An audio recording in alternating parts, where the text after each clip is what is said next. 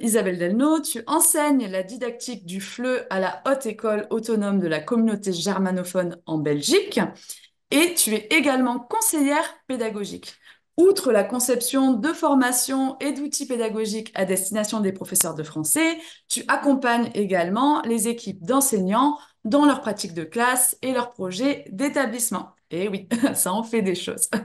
Et tu interviens aussi dans des programmes de formation continue des professeurs de français en Belgique et à l'étranger, notamment sur des thématiques comme la différenciation, les stratégies d'apprentissage et puis l'exploitation du texte littéraire. Voilà, voilà. Et donc aujourd'hui, donc moi également qui suis présente pour vous accompagner, et un petit mot aussi pour nos organisatrices, Séverine et Lila, qui sont à l'initiative de l'organisation de ce webinaire. Isabelle, je te laisse la parole. Hein, c'est à toi. Et puis nous, on se retrouve en fin de session pour le temps d'échange. Je te dis à tout à l'heure. Eh bien, merci Laura et bonjour et bienvenue à toutes et à tous. Alors, je suis ravie de pouvoir partager et échanger avec vous bientôt l'été et j'espère que ce webinaire vous donnera des pistes que vous pourrez utiliser, adapter et exploiter pendant vos cours. Voilà. Alors, cette rencontre virtuelle est associée à la présentation d'une nouvelle section dans l'espace virtuel des éditions Maison des Langues. Et cette nouvelle section s'intitule Littérature visuelle et sa spécificité, c'est qu'elle rassemble une série de textes courts qui sont mis en voix et en images dans une vidéo. Alors, cette section, elle va faciliter l'accès au texte et à l'image. Et aujourd'hui, nous allons profiter de cette rencontre virtuelle pour faire un petit détour sur le lien entre l'image et le texte et un deuxième détour autour de la brièveté du texte. Alors, la présentation que je vous propose aujourd'hui n'est pas exhaustive dans les domaines dont on va parler. J'ai sélectionné des aspects et des perspectives qui me paraissaient pertinentes pour la classe de FLE. Ouh. Alors, pour commencer, je vous propose un petit sondage. Ce sera l'occasion pour nous de faire connaissance. Je vous propose donc un petit sondage et de vous identifier à un texte, à un document imagé. Alors, pour cela, quatre propositions. Donc, si vous incarniez le lien entre le texte et l'image, vous seriez première proposition, structuré comme un abécédaire. Alors, un abécédaire, c'est un petit livret qui, normalement, sert à apprendre l'alphabet. Chaque lettre de l'alphabet est accompagnée de la représentation d'un mot, mais l'abécédaire peut être également décliné autour d'une série de concepts, comme les auteurs de Défi 1 l'ont fait avec l'abécédaire de Paris, avec l'alphabet de Paris. Donc, première proposition, vous êtes structuré comme un abécédaire. Deuxième proposition, vous êtes généreux comme un roman graphique. Alors, un roman graphique, le roman graphique est généreux parce qu'il donne tout, le roman graphique.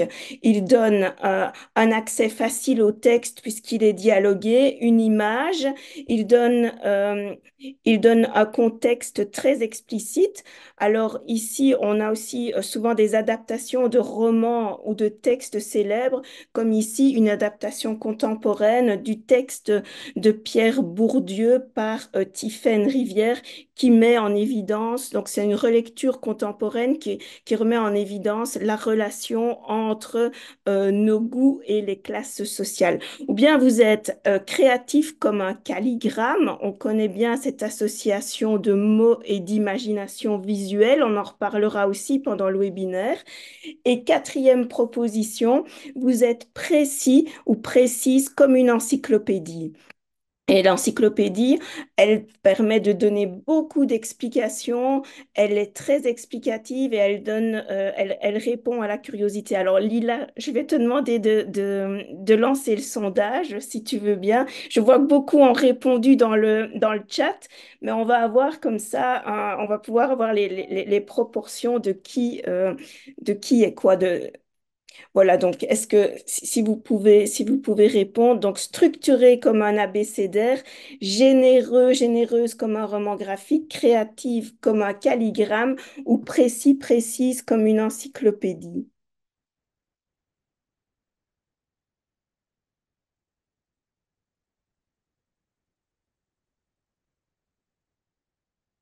Alors, oui, les résultats sont assez partagés, mais on a une petite tendance euh, où vous vous identifiez au roman graphique. Donc, vous êtes généreux comme un roman graphique. Ensuite vient le calligramme et puis l'abécédaire et sa structure et l'encyclopédie, précis comme une encyclopédie pour 17% d'entre nous. Je vous remercie pour votre participation à ce sondage. Alors, l'encyclopédie et l'abécédaire ne sont pas des textes littéraires, c'est vrai, mais on peut les utiliser et les décliner pour favoriser l'écriture créative. Et en ça, ils sont intéressants. Donc, on peut créer un abécédaire autour d'une ville, autour d'un artiste, une encyclopédie absurde, l'encyclopédie des animaux imaginaires. Donc, ça appelle également la créativité. Donc, voilà pour notre entrée en matière. Je vous propose maintenant le plan de la rencontre. La flèche ne fonctionne pas.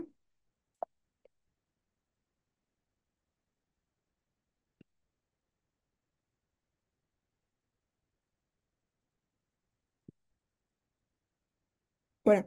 Donc, ce que je vous propose, c'est dans une première partie, on va travailler sur le lien entre l'image et le texte. Ensuite, dans une deuxième partie, on va travailler sur la brièveté du récit. Et dans une troisième partie, on explorera la nouvelle section de l'espace virtuel. Alors, pour cette première partie, donc, qui va nous permettre d'explorer le lien entre l'image et le texte, je vous propose deux catégories. La première, les manipulations typographiques, et la deuxième, les œuvres littéraires visuelles. Et pour entamer cette partie, une citation assez célèbre, une image vaut 1000 mots. Euh, Elle nous elle nous montre, on va essayer de voir dans cette section comment la combinaison de mots, de caractères, de lettres peuvent aussi physiquement exprimer quelque chose. Alors, les manipulations typographiques en tant que telles, elles existent déjà depuis très longtemps. Dans l'Antiquité, on retrouve déjà ce type de représentation graphique et notamment dans un document qui s'appelle l'Aratea. C'est une traduction que Cicéron a faite d'un traité d'astronomie. Et ici, les images représentent les constellations. Et si vous regardez bien l'écran, on voit quelques points rouges qui représentent les étoiles. Et donc ici, l'idée est de lire les étoiles à travers la prose et de lire la prose à travers les étoiles. Le dessin a donc ici une visée explicative, ce qui décloisonne un petit peu aussi les types de textes. On a un type de texte explicatif associé à un calligramme. Et donc, il montre ici comment on a utilisé le sens du texte. À droite de l'écran, on a le texte de Mallarmé qui s'appelle Un coup de dé n'abolira jamais le hasard. Il s'agit d'un poème un petit peu hors norme il est constitué de 11 pages et Mallarmé joue également sur toute une série de variations typographiques, majuscules, minuscules, la taille des lettres, l'italique, la disposition. Et certains interprètent ce texte comme la volonté de proposer un code universel pour une métrique absolue à une époque où l'alexandrin n'est plus trop en grâce, de même que la poésie traditionnelle. Et on associe également ce poème à une allégorie de l'écroulement du monde d'hier et l'entrée dans un monde plus incertain. Donc, dans les deux cas, on voit que la manipulation typographique va donner du sens au texte. Alors, deuxième exemple, des exemples plus connus, ce sont les calligrammes. Donc, pour les calligrammes, on va essayer de mettre en avant la structure du poème en associant la disposition spatiale. Donc, ici, on a deux exemples assez connus d'Apollinaire. Et les calligrammes sont assez intéressants en FLE parce qu'ils vont favoriser une lecture qui n'est pas linéaire, justement. Et grâce à la longueur et à la portée symbolique de ce texte, on va faciliter la capacité d'interprétation des élèves. Comme c'est le cas ici dans le calligramme intitulé Il pleut, où la disposition des lignes qui semblent ne jamais finir, les lignes parallèles qui semblent ne jamais finir, renforce les effets des autres sens qu'on trouve dans le poème et qui exprime un bilan de sensations malheureuses, espoir déçu, regret, mal-être, tristesse. Et donc, une idée pour la classe de FLE serait de réaliser des calligrammes de sa météo intérieure, où on raconte comment on se sent à l'aide d'un calligramme. Alors, un texte un petit peu plus récent.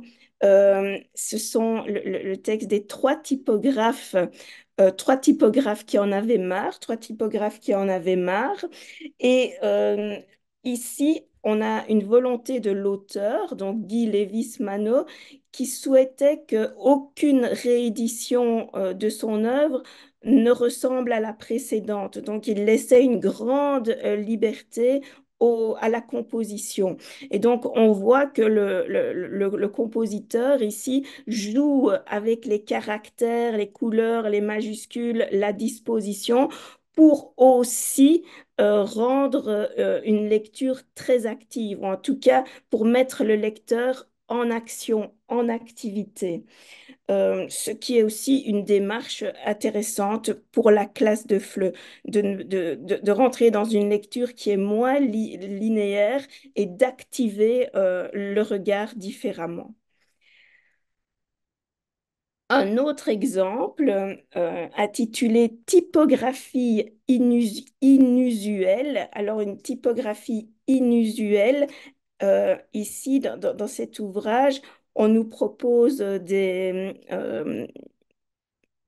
on va détourner les caractères de façon créative, voire même excentrique. Donc, vous voyez au haut de la page la parenthèse moustachue et là-bas la parenthèse épluchée.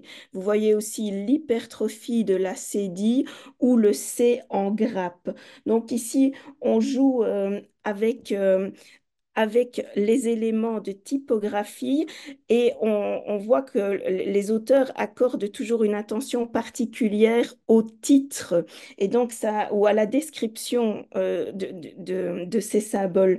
Ça donne une façon accessible de jouer avec les mots, de jouer avec les lettres qui peuvent constituer également une sorte d'entrée dans la classe de FLE. Alors, quelques idées pour la classe. Ben, ce sont ici des productions d'élèves. Donc, on voit un calligramme qui vient illustrer une fiche descriptive du chat. Donc, l'élève a réalisé un calligramme pour renforcer, pour agrémenter le poster qu'il a réalisé autour du chat. Et puis, une autre utilisation du calligramme un peu plus particulière, il s'agit du travail d'une élève lors de la gestion de ses erreurs. Donc, c'est dans un processus de gestion de l'erreur. On a travaillé, on demande aux élèves de sélectionner quelques erreurs et de les travailler de façon visuelle. Et ici, on a une élève qui a réalisé un calligramme pour visualiser l'expression 90. Et donc, c'est avec ces deux exemples que je terminais la première partie dédiée aux manipulations typographiques. Alors, pour commencer la deuxième partie du webinaire, une citation aussi qui est la réplique d'Alice dans Alice au pays des merveilles, et elle dit: «À quoi peut bien servir un livre sans images?» Et donc, ça me permet d'introduire les œuvres littéraires imagées. Alors, les œuvres littéraires imagées, on va commencer par les albums jeunesse.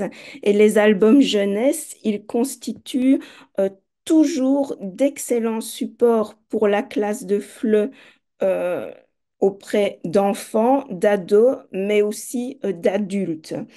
Alors, pour commencer, les mille merci. Euh, les mille merci, c'est l'histoire d'un petit garçon qui exprime sa gratitude envers tout ce qui l'entoure. Donc, il remercie la lune qui brille la nuit, le soleil qui rayonne le jour. Il remercie son bonnet qui empêche ses pensées de s'envoler. Donc, euh, ce petit garçon remercie et toutes ces paroles sont illustrées.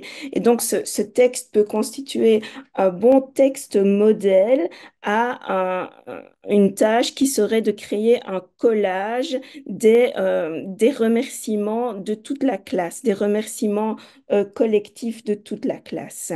Alors, un deuxième coup de cœur, c'est La valise de Monsieur Lee. C'est un album très récent de Bernard Villot. Et La valise de Monsieur Lee, c'est l'histoire de l'exil de Monsieur Lee qui, qui- de l'exil de Monsieur Lee qui arrive en France et qui est installé sur un banc avec une valise sur ses genoux. Alors, il fait un peu partie du décor et les enfants ne savent pas très bien, ne savent pas très bien pourquoi il est là. Et dans sa valise, il a tout le matériel qu'il utilisait dans son pays pour raconter des histoires. Et il se met à raconter des histoires. Puis un jour, Monsieur Lee, n'est pas là. Tout le monde s'interroge, se demande où est Monsieur Lee. Monsieur Lee a été embarqué et a été contraint de rentrer dans son pays.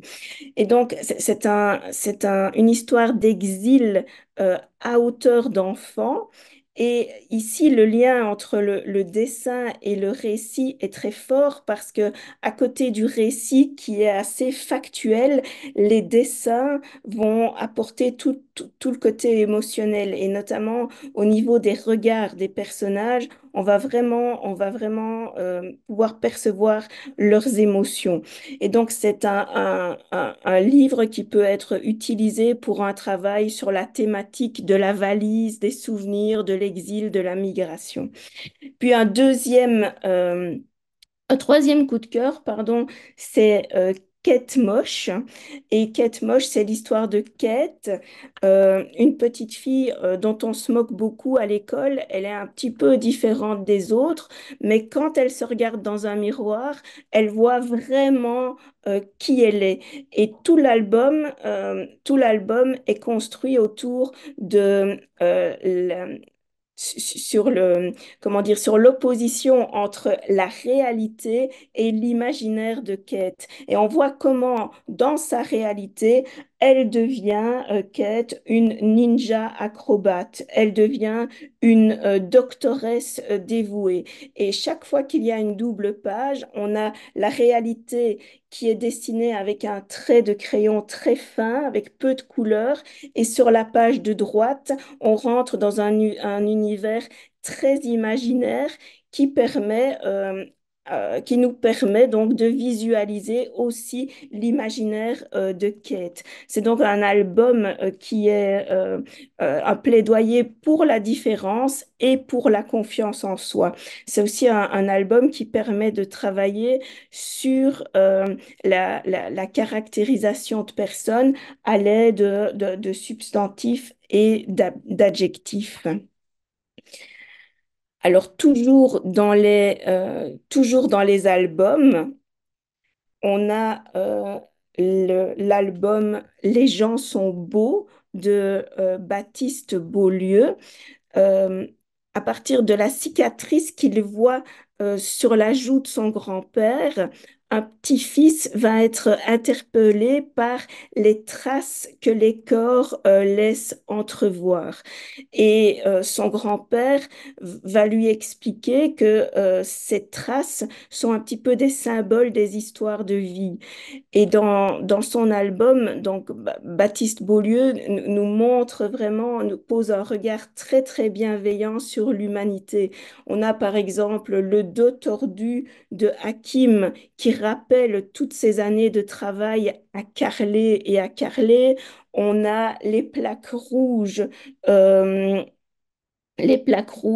j'ai oublié le prénom. On a les plaques rouges d'un personnage qui rappelle ses humiliations permanentes au travail. Et on a comme ça une collection de personnages qui, au travers des stigmates de leur corps, racontent leur vie. Ça donne l'occasion aussi à des apprenants de présenter d'autres personnages à partir de stigmates ou à partir d'éléments physiques. Un autre album également très intéressant, c'est Léo en petits morceaux. Et Léo en petits morceaux est un album qui est beau, un album beau.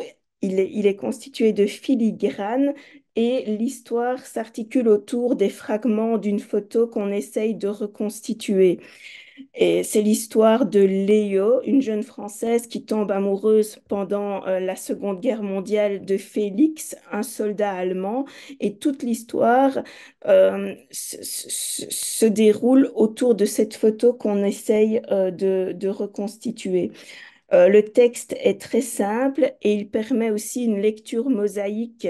Donc, on n'est pas obligé de travailler une lecture linéaire de l'album et on peut demander aux apprenants de réaliser, par exemple, à la fin de la lecture, en tâche collective, la frise chronologique des émotions de Léo tout au long de la guerre et tout au long de sa vie.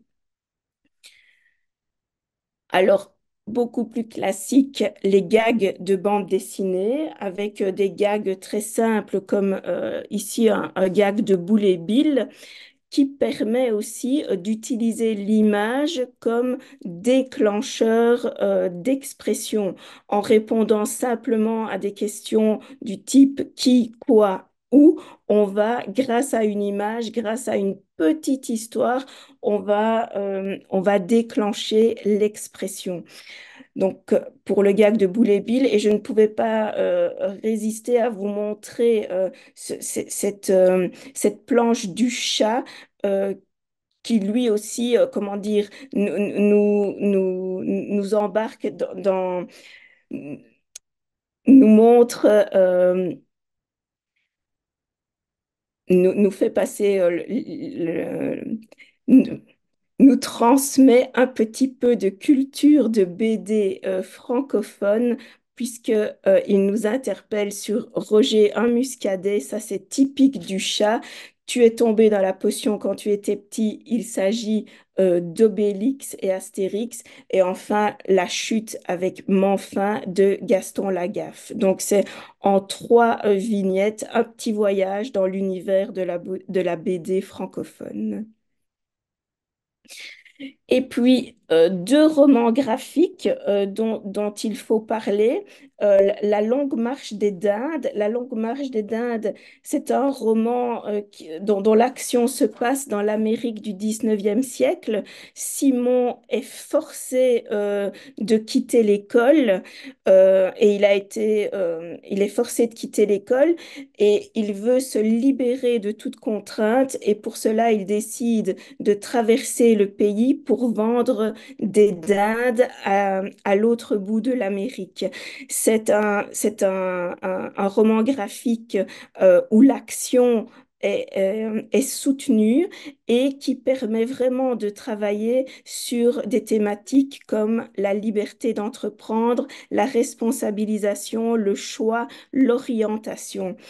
Un autre roman graphique, c'est une publication assez récente, c'est Petit Pays, qui est l'adaptation du roman Petit Pays de Gaël Faye, publié en 2016. Et donc, il nous raconte aussi avec des yeux d'enfant le génocide rwandais. Il nous permet d'aborder ces thématiques en classe, thématiques de la guerre. Et là aussi, le dessin est vraiment très important parce que grâce au dessin, le dessin peut traduire la candeur et la sensibilité qu'on retrouve aussi dans le roman original. Une autre idée pour la classe avec du cobu. Donc, le gag présente du cobu qui est rebuté par les dictionnaires et par l'ordre immuable des lettres dans l'alphabet. Et donc, il décide de créer le dictionnaire. Et donc, à partir du travail autour d'un gag comme ça, on peut organiser un concours de dictionnaires originaux pour la classe. On peut inviter les élèves à rédiger des définitions ou participer à un débat sur l'utilité du dictionnaire avec un pour ou contre.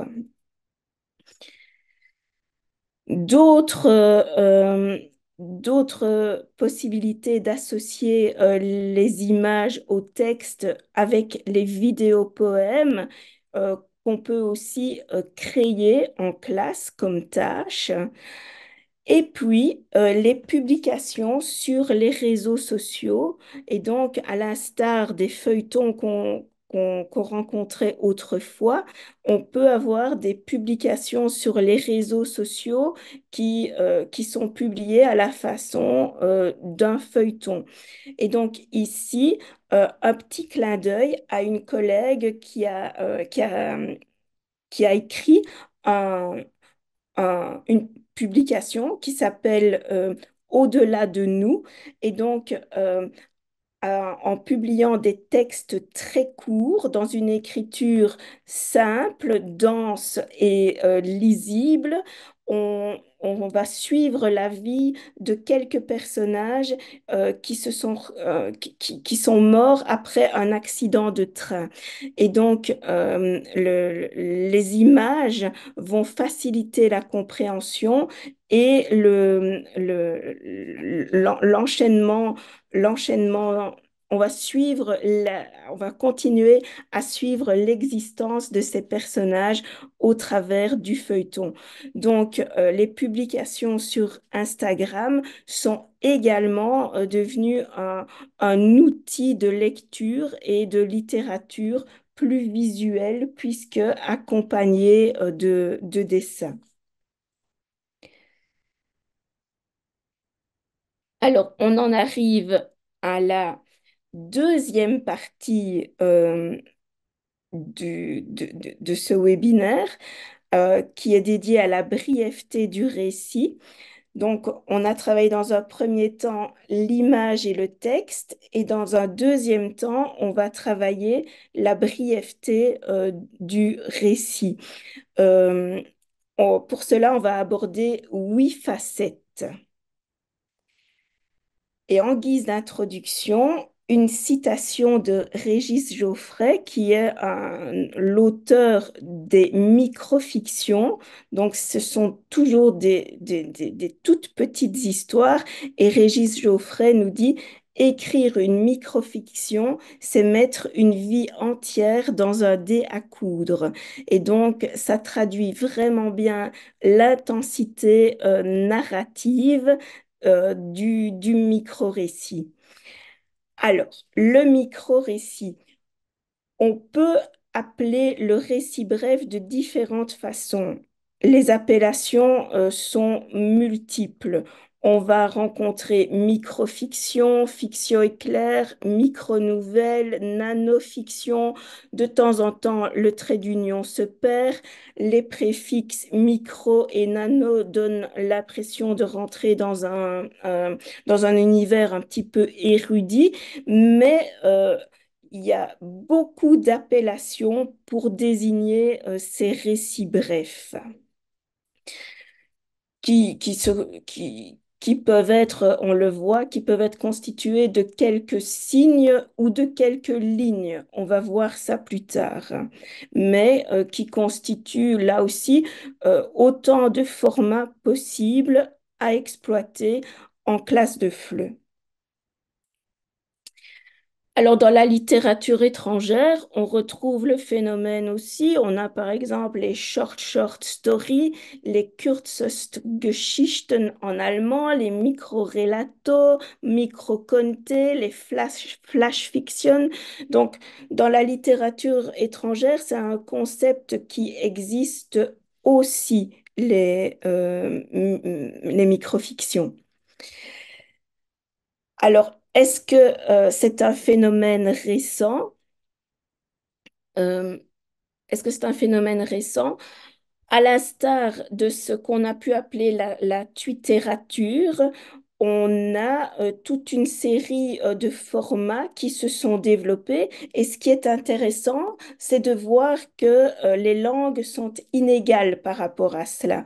Par exemple, à la droite de l'écran, vous avez un exemple en finnois qui économise ses mots, qui dit en 2 mots ce que le français ou l'anglais va dire en 7 ou 8 mots. Ça va être compliqué pour des formats comme le drable, 100 mots, ou le dribble, 50 mots. Alors, des formats très, très courts, presque extrêmes et radicales. Je vous laisse découvrir à l'écran. On a néant, incompréhension, pouce, sommeil d'aplomb, avec toujours un lien, une attention toute particulière au titre qui est donné. Les origines, ce type de texte ne date pas d'hier. On le retrouve déjà au XIXe siècle dans les nouvelles en 3 lignes de Félix Fénéon. Vous en avez une à l'écran. Madame Fournier, Monsieur Voisin, Monsieur Certeuil se sont pendus. Neurasthénie, cancer, chômage. C'est quelque chose de très sombre, de très glauque. Ça fait un petit peu penser aussi aux microfictions de Régis Geoffrey qui sont aussi un petit peu noir. Alors, à côté de ça, on a aussi des textes plus courts à l'origine des micro-récits, comme les fables, les contes, des nouvelles qui sont un peu plus longues, mais qui essayent aussi de condenser leur intrigue et qui ne perdent pas le lecteur dans un développement ou des descriptions approfondies. Alors, les caractéristiques du micro-récit sont l'hétérogénéité des formes. On en a parlé, vous avez vu qu'il y en a beaucoup. C'est condensé, c'est concentré. La temporalité est également plus succincte, c'est lisible et il y a un engouement actuel pour ce type de texte.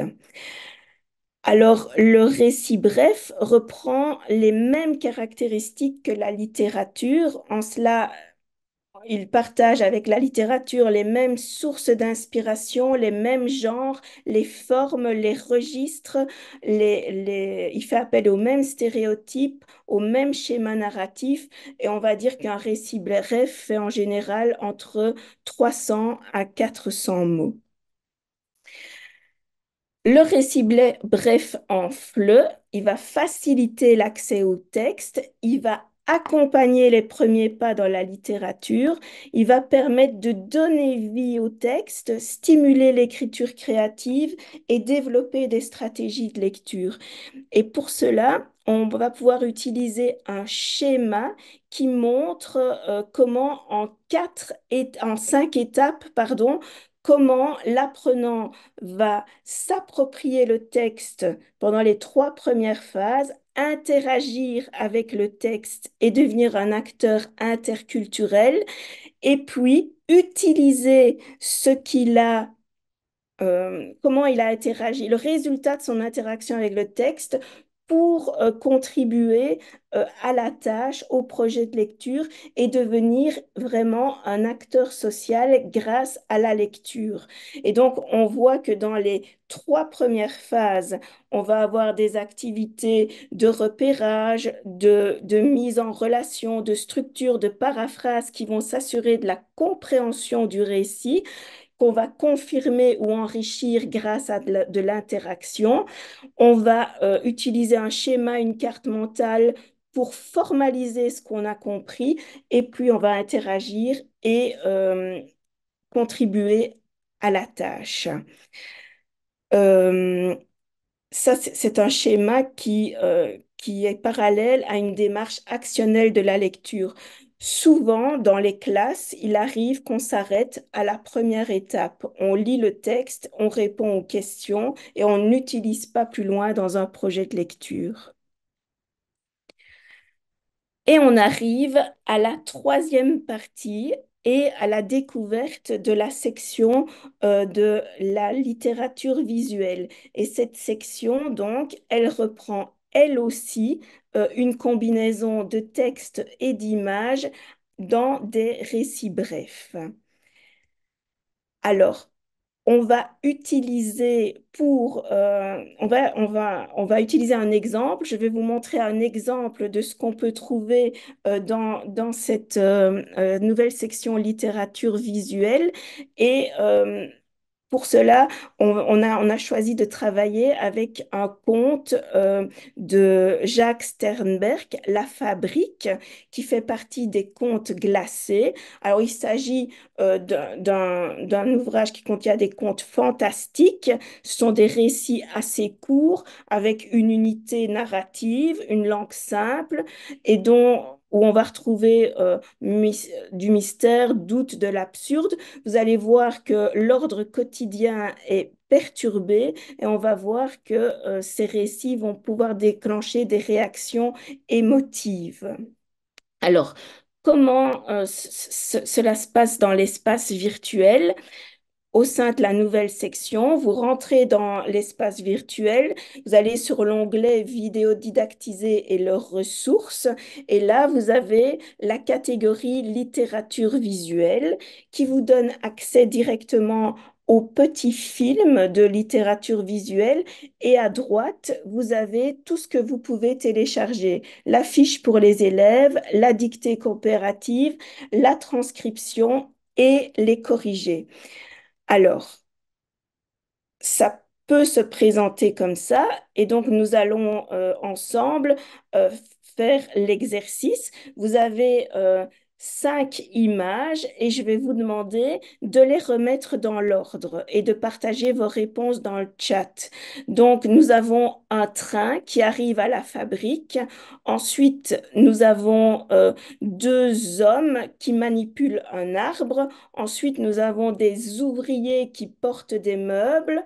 Et la deuxième colonne, nous avons beaucoup d'arbres différents dans la forêt et des troncs d'arbres qui sont sur les sols. Ce qui sont sur le sol, on les charge et les transporte.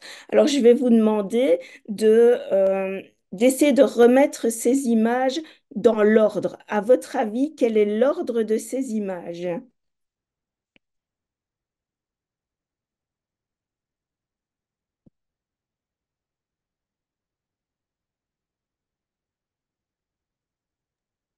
Isabelle, tu me permets de prendre la parole parce que je crois que les lettres ont bougé en fait. Tu sais, le Ah, A, B, C, donc il faut peut-être juste préciser que de haut en bas, c'est B, D, A et à droite, oui. c'est C, E pour que les personnes puissent mettre le bon ordre. Oui, c'est ça. Donc, le train, c'est B. Les deux hommes qui manipulent l'arbre, c'est D. Les ouvriers qui portent les meubles, c'est A. Les arbres dans la forêt, c'est C. Et les troncs qui sont transportés, c'est E. Oui, donc, vous... Voilà, c'est donc une activité qu'on peut faire en classe. Et ensuite, comme on va le faire ensemble, je vais vous demander de vérifier vos réponses avec la vidéo. Voilà, on va regarder la vidéo. Vous allez vérifier vos réponses.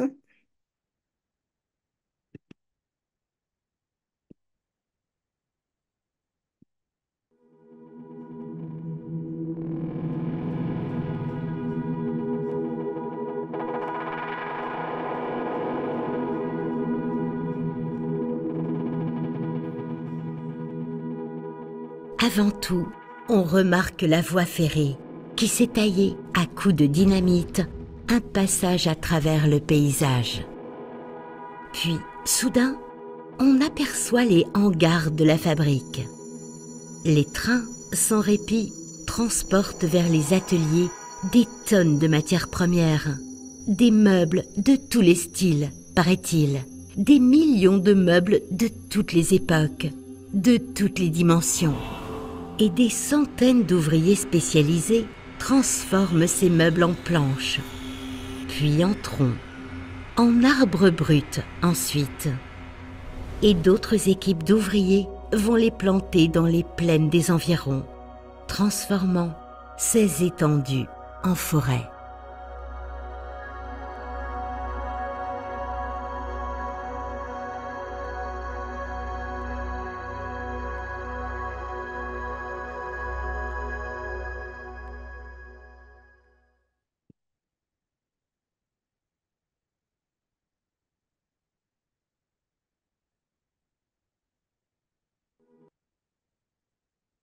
Voilà, donc je suppose que vous avez été surpris par l'ordre dans lequel les événements se déroulent dans la vidéo, puisqu'ils se déroulent à l'inverse de ce qu'on pourrait imaginer.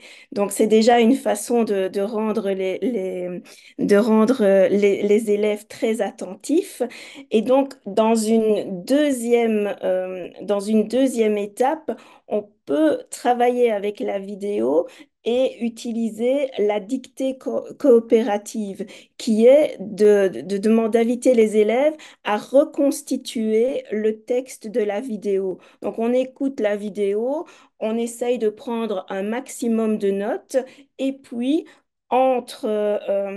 avec un partenaire, on va essayer de reconstituer le texte.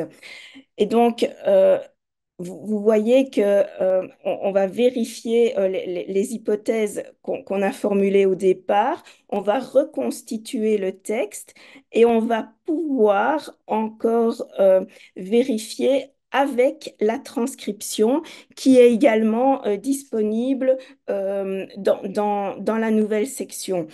Et la correction est également accessible. Il s'agit donc de l'ordre B, A, E, D, C. Donc, on a vu que ça, c'est tout l'art du conte fantastique. C'est vraiment de rompre avec l'ordre quotidien et de déstabiliser, de semer le mystère, le doute. On l'a vu dans le récit, les meubles deviennent les matières premières et les arbres sont produits par l'usine. Donc, tous nos repères sont déstabilisés et c'est un texte qui peut vraiment appeler à discussion. Euh, oui, donc ça, c'est ce que nous avons au niveau de l'espace virtuel. Et on a alors également une fiche pour les élèves. Donc, on peut procéder comme je l'ai fait avec vous. Donc, d'abord, des hypothèses grâce à une mise en ordre d'image. On vérifie avec la vidéo, la mise en voix et en image du texte. Ensuite, on vérifie avec la transcription et on commence les activités de la fiche pour les élèves. J'en ai sélectionné quelques extraits.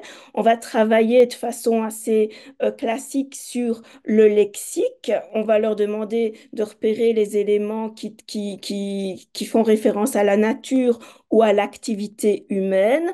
Ensuite, on va leur demander de travailler, de voir ce qui est fantastique dans le récit. On va bien voir que c'est pas un conte, ce n'est pas réaliste.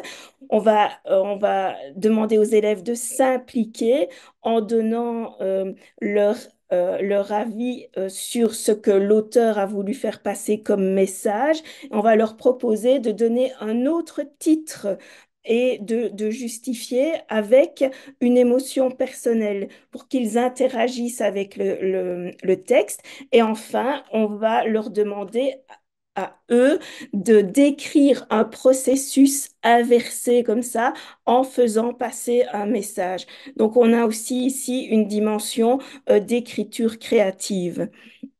Ce schéma, donc, ce processus, il entre très bien dans le schéma que je vous ai présenté, le schéma du traitement actionnel de la littérature. Donc, vous voyez, mise en ordre des images, visualisation de la vidéo pour comprendre, dictée coopérative, on va interagir avec le texte et ensuite, on va contribuer à la tâche pour, euh, pour pouvoir utiliser cela dans la création d'un processus inverse ou dans le récit d'un processus inverse. Alors, je vous propose maintenant, donc ça c'est une première exploitation et là je vous propose une deuxième petite expérience. Euh, Donc, je vais vous demander de regarder un texte pendant 10 secondes et d'en retenir un maximum de choses. On va faire ce qu'on appelle une lecture découverte. Donc, je passe à la dia suivante et pendant 10 secondes, vous allez regarder le texte et en retenir le maximum de choses. C'est parti.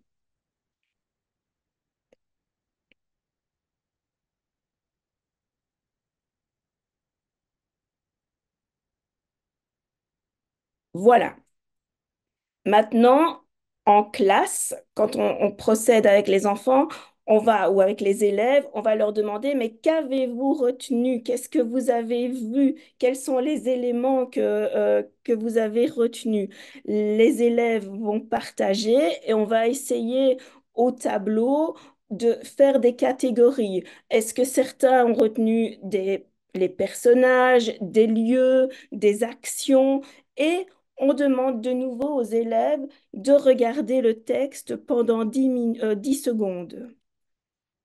Voilà, 10 secondes. On regarde le texte.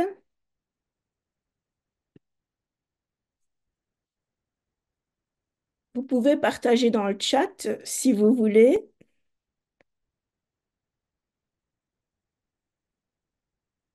Voilà,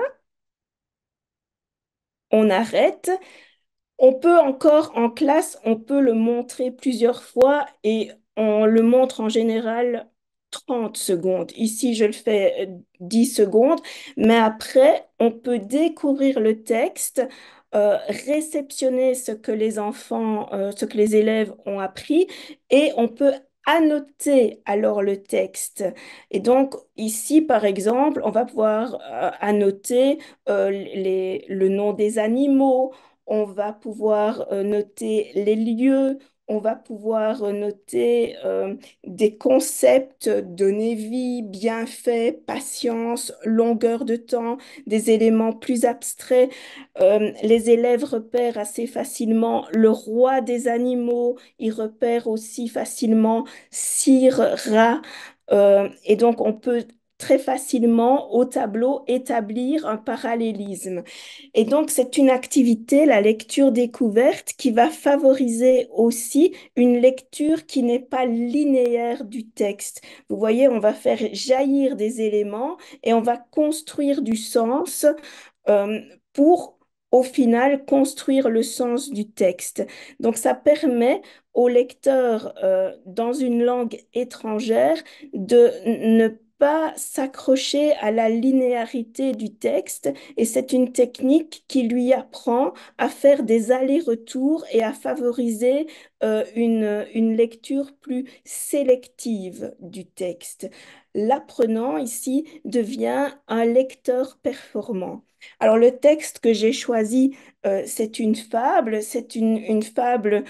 qui est également exploitée dans la section littérature visuelle et donc elle est exploitée également en reprenant les différentes étapes de ce schéma de travail actionnel du texte littéraire.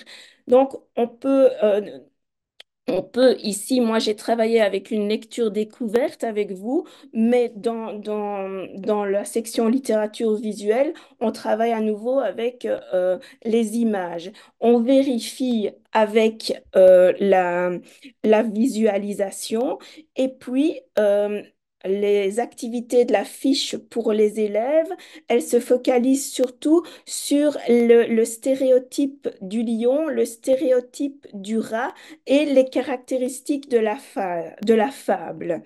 Donc, voilà comment on va travailler dans la fiche élève.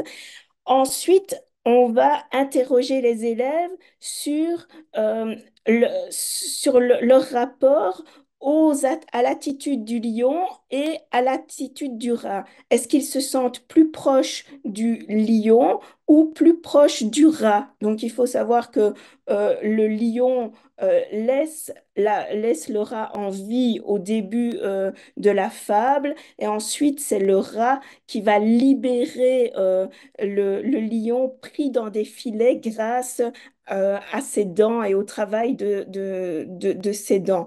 Donc, on va pouvoir travailler sur toute la métaphore du lion et du rat et mettre en avant les qualités et les défauts de l'un ou l'autre. Et cette interaction avec le texte va permettre de travailler sur l'élève, sur soi-même, à la façon d'un miroir déformant. Le texte nous apprend toujours quelque chose sur nous-mêmes.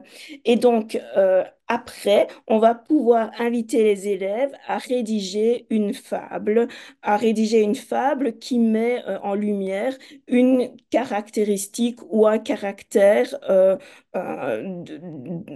de soi ou d'un être ou de l'être humain.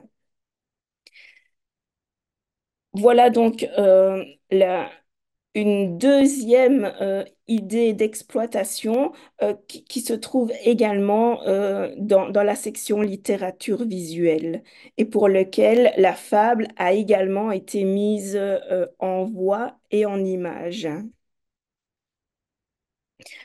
Alors, cette façon de travailler, elle est évidemment, elle n'est pas due au hasard. C'est une façon de travailler qui s'intègre vraiment dans l'approche actionnelle, euh, dans la, mais, pardon, dans la, oh, je suis désolée.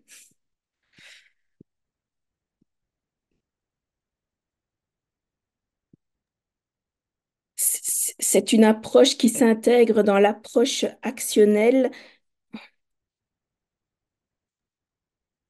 Isabelle, si tu veux, on peut passer à la suivante vu qu'on est sur la fin. Oui, Si j'ai t'as perdu, je ne sais pas où je là. suis.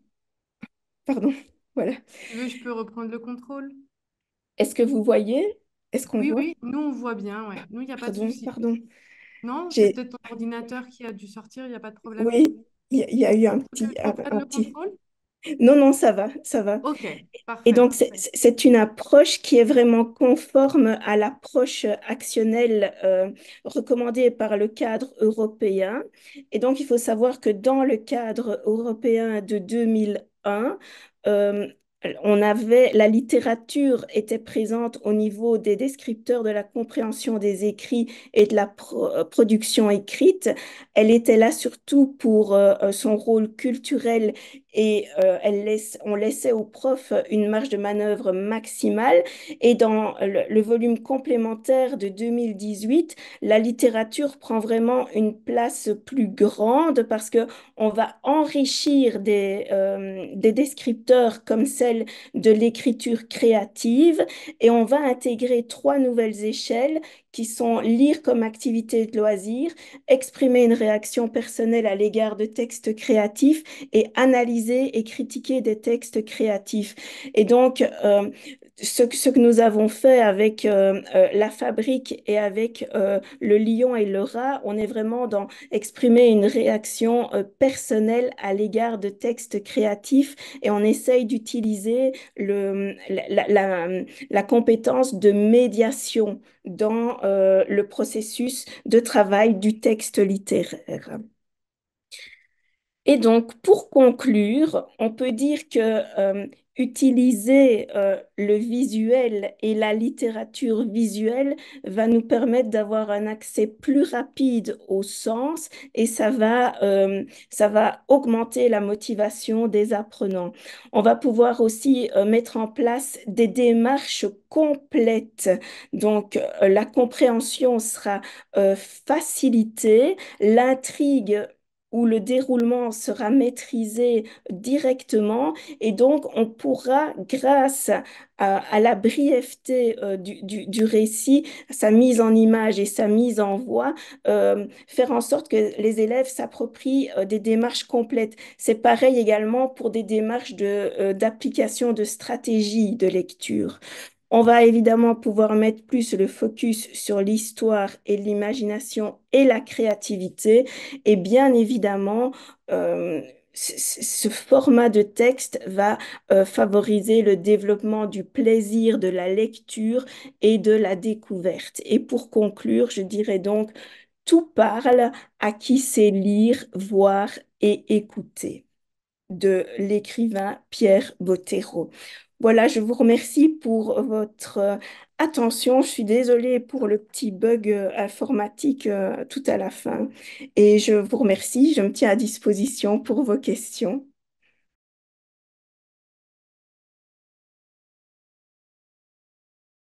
Merci à toi, Isabelle. Vraiment, j'ai l'impression en tout cas que les participants à cette rencontre ont beaucoup apprécié le contenu que tu nous as proposé. En tout cas, c'était très vivant. Il y a eu beaucoup d'interventions dans le chat par rapport aux activités que tu as proposées. Et d'ailleurs, nous avons pas mal de questions. Ok. Donc, voilà, une des premières questions qu'on a eues sur la première partie de cette rencontre, c'est à partir de quel niveau utiliser des idées de manipulation typographique? Et est-ce qu'il faut attendre la maîtrise de l'alphabet pour un public alpha, par exemple? Ah, Hum, je dirais on peut utiliser les manipulations typographiques même avec un tout petit niveau. C'est l'avantage de la brièveté du document et du texte. Maintenant, pourquoi pas pour un public alpha qui découvre aussi l'alphabet? Je ne suis pas spécialiste en public alpha, mais ça me fait automatiquement penser, c'est un petit peu plus pédagogique, mais ça me fait un peu penser aux alphas qu'on utilise justement pour apprendre à lire, où les lettres sont représentées par des personnages. Et donc, ici, on est dans des choses peut-être parfois un petit peu plus euh, subtiles, mais pourquoi pas? Moi, je pense que c'est vraiment une entrée dans tout ce qui est polysémie, littérature, etc., même avec des petits niveaux. Eh ben, merci beaucoup pour cette réponse. Et dans la foulée, on a une question d'Anastasia qui demandait à partir de quel niveau est-ce qu'on peut utiliser des albums jeunesse?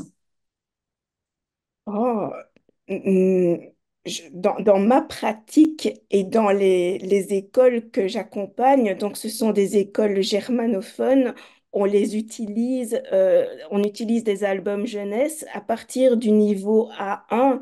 On raconte l'histoire et là, l'image a tout son sens.